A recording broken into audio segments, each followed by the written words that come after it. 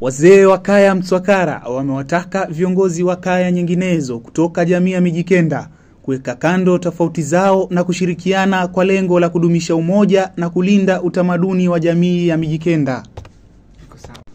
Wakiongozwa na Shaban Ndegwa, wazee hao walitoa wito kwa viongozi wote wa kaya kutoka makabila mbalimbali ya Mijikenda waungane kama ndugu ili kuhakikisha tamaduni zao hazimezwi na mabadiliko ya kijamii. Watu ambao ni ndugu zetu na wako makaya kule, kusema kweli mimi na waomba, sijui moyoni kwao wanasema nini, hata mimi pia nao hawajui moyo wangu unasema nini, lakini hayo nayotamka ni maneno ambayo yanatoka kichwani mwangu. Mimi na waomba tushirikiane ndio tutasonga mbele. Wakizungumza katika mkutano wa maandalizi ya sherehe ya Chenda Chenda, wazee hao walisisitiza kuwa migawanyiko baina ya viongozi wa kaya inadhoofisha juhudi za kuimarisha mshikamano.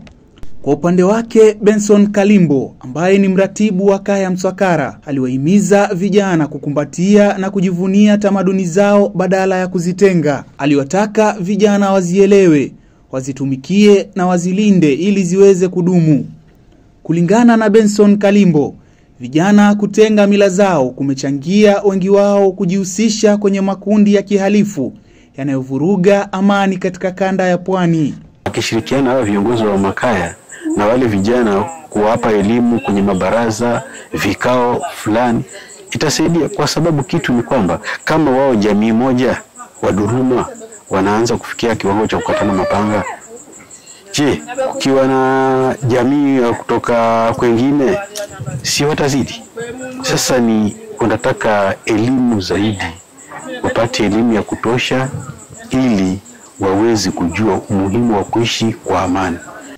Chenda Chenda itakayofanyika mwezi wa 9 tarehe 9 ni miongoni mwa sherehe zinazounganisha makabila 9 ya Mijikenda na inatarajiwa kuwavutia maelfu ya watu kutoka jamii za Mijikenda katika kanda ya Pwani.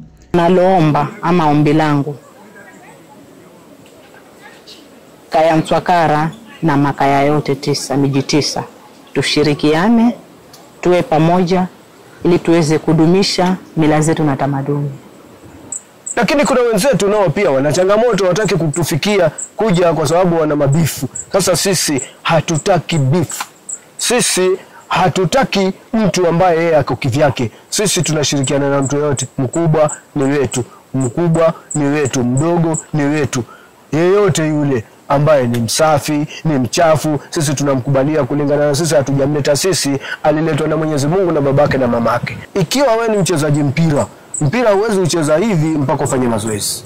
Kwa hivyo sasa hii leo tuko kwa mazoezi ya kungoja hiyo game inayokuja ya Chenda Chenda. Kwa hivyo game ikifika tutaichapa vizuri tukiwa tuko sawa, tuko form. Nikiripotia runinga ya Coast Times Digital, jina langu ni Nur Salim.